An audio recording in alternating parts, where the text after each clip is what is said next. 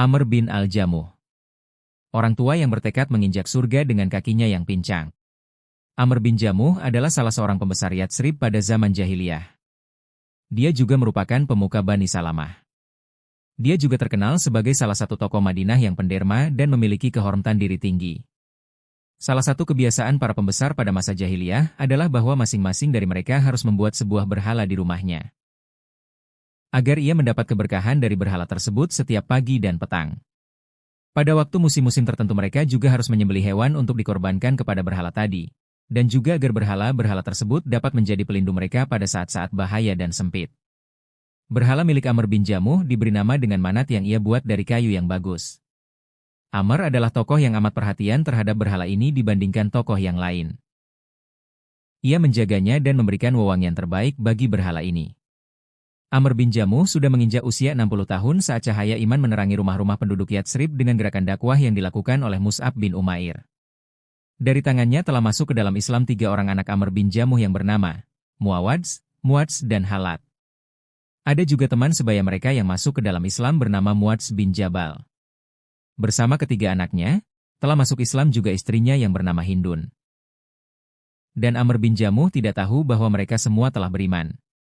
Hindun, istri Amr bin Jamuh, melihat bahwa kebanyakan penduduk Yatsrib telah memeluk Islam, dan tidak ada seorang pembesar Madinah pun yang tetap berada dalam kemusyrikan selain suaminya dan beberapa orang yang mengikutinya.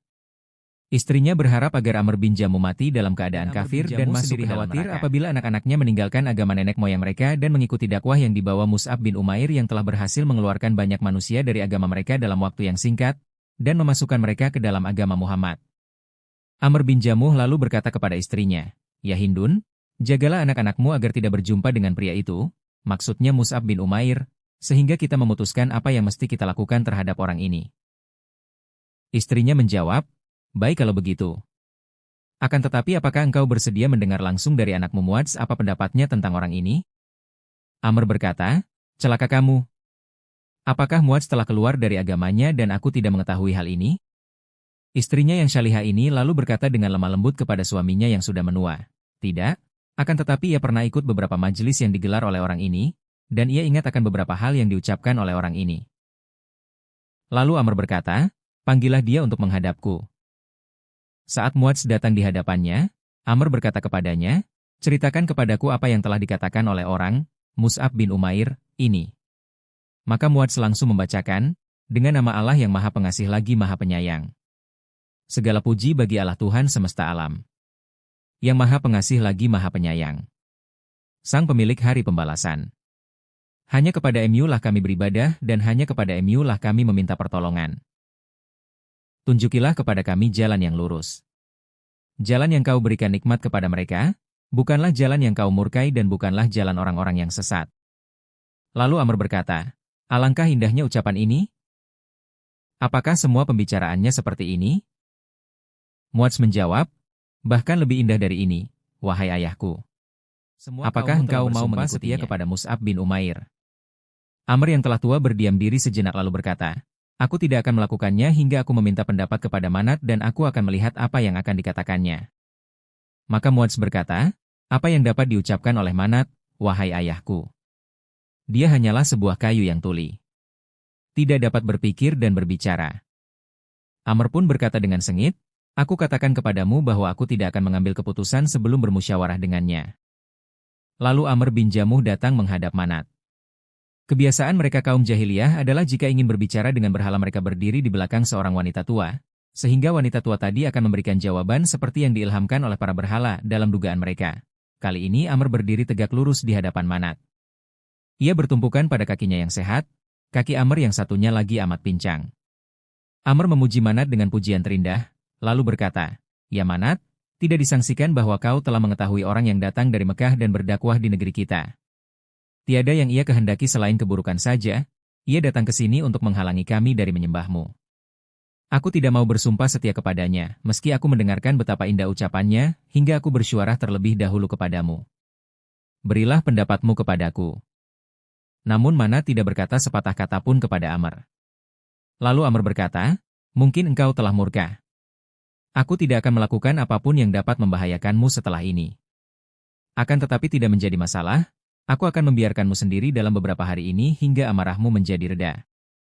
Anak-anak Amr bin Jamuh mengerti betapa ayah mereka begitu cinta kepada berhalanya yang bernama Manat. Dan kecintaan tersebut semakin bertambah dengan berjalannya waktu. Akan tetapi mereka menyadari bahwa ayah mereka mulai ragu akan kehebatan Manat bahwa mereka harus mengubah pengaruh Manat ini dari hati ayahnya, dan itulah cara satu-satunya menuju iman.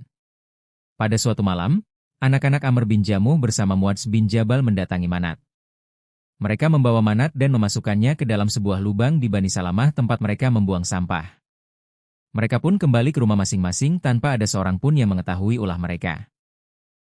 Begitu pagi datang menjelang, Amr pergi dengan langkah pasti untuk memberikan salam kepada berhalanya, namun sayang kali ini ia tidak menjumpainya. Ia langsung berseru, "Celaka kalian, siapa yang telah berani berlaku nista kepada Tuhan kita malam tadi?" Tidak ada seorang pun yang mengaku. Serta-merta ia mencari berhal tadi di dalam dan di luar rumah. Dia terlihat begitu marah dan emosi. Ia mengancam dan mengecam terus-menerus hingga ia menemukan Manat dengan kepala tersembul di lubang. Maka Amr langsung mencucinya hingga bersih dan memberikan wangi-wangian kepadanya. Lalu ia mengembalikan Manat ke tempatnya. Ia berkata kepada Manat, "Demi Allah, kalau saja aku tahu siapa yang melakukan ini terhadapmu, pasti akan aku siksa dia." Pada malam kedua, para pemuda tadi mendatangi Manat dan melakukan hal yang sama seperti yang mereka lakukan padanya kemarin. Begitu masuk pagi, Amr yang tua mencarinya lagi dan ia menemukan Manat sedang berada di lubang dengan berlumuran kotoran. Lalu ia mengambilnya, mencucinya dan memakaikan padanya wangi-wangian. Dan ia menempatkan Manat kembali kepada tempatnya. Para pemuda tadi terus saja melakukan hal yang sama setiap hari. Saat Amr sudah merasa jengkel, ia datang menghadap Manat sebelum beranjak tidur dengan membawa pedangnya dan pedang tersebut ia gantungkan ke kepala Manat. Lalu ia berujar, "Ya Manat, demi Allah aku tidak tahu siapa yang melakukan hal ini sebagaimana kau melihatnya. Jika kau mampu, tolaklah kejahatan dari dirimu ini. Bawalah pedang ini bersamamu." Setelah merasa nyaman, begitu para pemuda Amr pun merasa yakin bahwa ayah mereka yang tua, Amr sudah terlelap tidur, maka serta-merta mereka langsung berhambur menuju berhala tadi. Mereka melepas pedang dari leher berhala dan mereka membawa keluar berhala tersebut. Mereka mengikatkan Manat dengan tambang kepada seekor anjing yang telah mati. Mereka lalu melemparkan keduanya ke dalam sumur Bani Salamah di mana mengalir dan berkumpul di dalamnya kotoran dan sampah. Begitu Amr yang tua terjaga dan ia tidak mendapati berhalanya, ia pun pergi untuk mencarinya. Ia mendapati bahwa Manat sedang tertelungkup wajahnya dalam sumur dan terikat dengan seekor anjing yang telah mati. Pedang yang ada bersama Manat telah diambil. Kali ini, Amr tidak mengeluarkan Manat dari lubang, ia membiarkan Manat di tempatnya. Lalu ia berujar, "Demi Allah, bila engkau adalah seorang Tuhan, tidak mungkin engkau terikat bersama anjing di tengah sumur." Tidak lama kemudian ia masuk ke dalam agama Allah. Amr bin Jamuh merasakan manisnya iman yang membuat ia menyesal atas setiap saat yang dilaluinya dalam kemusyrikan. Ia masuk ke dalam agama yang baru dengan jiwa dan raganya. Ia mendedikasikan jiwa, harta dan anaknya untuk taat kepada Allah dan Rasul-Nya. Tidak lama berselang, maka meledaklah perang Uhud. Amr bin Jamuh menyaksikan para putranya sedang bersiap-siap untuk menghadapi para musuh Allah. Ia mendapati mereka setiap pagi dan petang bagaikan para singa di tengah hutan. Mereka begitu semangat untuk mendapatkan kesyahidan dan meraih ridha Allah. Kondisi ini membuat ia turut bersemangat.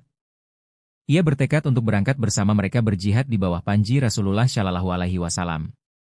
Akan tetapi anak-anaknya bersepakat untuk menghalangi ayah mereka untuk melaksanakan niatnya. Sebab ayahnya adalah seorang yang amat tua renta. Ditambah lagi, kakinya amat pincang, padahal Allah Subhanahu wa Ta'ala sudah memberikan dispensasi baginya.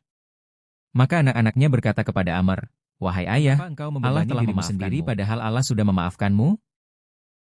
Maka Amr yang tua renta pun menjadi amat berang. Ia langsung datang menghadap Rasulullah Shallallahu Alaihi Wasallam untuk mengadukan mereka kepada beliau.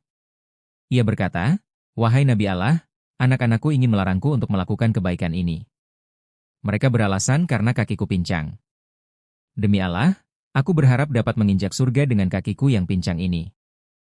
Maka Rasul Shallallahu Alaihi Wasallam bersabda kepada anak-anak Amr, "Biarkan ia, semoga Allah memberikan kesyahidan baginya." Maka anak-anak Amr membiarkan ayah mereka karena taat dengan perintah Rasulullah Shallallahu Alaihi Wasallam. Begitu waktu berangkat diumumkan, maka Amr bin Jamuh mengucapkan kata berpisah kepada istrinya seperti ucapan perpisahan seorang yang tak akan kembali lagi. Ia lalu menghadap kiblat dan mengangkat kedua telapak tangannya ke arah langit seraya berdoa, "Ya Allah, berikanlah aku kesyahidan dan jangan kembalikan aku kepada keluarga lagi dengan rasa putus asa." Lalu ia berangkat dengan dilindungi oleh ketiga anaknya dan pasukan yang banyak dari Bani Salamah. Saat peperangan berkecamuk dengan sengit, dan manusia sudah mulai terpisah dari barisan Rasulullah Shallallahu Alaihi Wasallam, Amr bin Jamuh terlihat pada barisan pertama. Ia melompat dengan kakinya yang sehat sambil berseru, "Aku merindukan surga! Aku merindukan surga!" Dan di belakangnya terlihat anaknya yang bernama Halat. Kedua anak beranak tersebut membabatkan pedang mereka seraya melindungi Rasulullah Shallallahu Alaihi Wasallam dari musuh hingga keduanya tersungkur sebagai syahid di medan laga. Jarak kematian sang anak dari ayahnya hanya sedikit berselang. Rasul Shallallahu Alaihi Wasallam berdiri di hadapan para jenazah untuk menguruk tanah kubur mereka. Beliau bersabda kepada para sahabatnya, "Biarkan darah dan luka mereka, aku menjadi saksi bagi mereka semua." Lalu beliau bersabda, "Tidak ada seorang muslim yang terluka di jalan Allah, kecuali pada hari kiamat ia akan datang dengan darah mengalir yang warnanya seperti warna zafaran dan wangi seperti wangi misik." Beliau juga bersabda, "Kuburkanlah Amr bin Jamuh bersama Abdullah bin Amr. Mereka berdua adalah orang yang saling mencinta dan satu barisan di dunia. Semoga Allah meridai Amr bin Jamuh dan para sahabatnya yang menjadi syuhada Uhud. Dan semoga Allah memberikan cahaya di kubur mereka."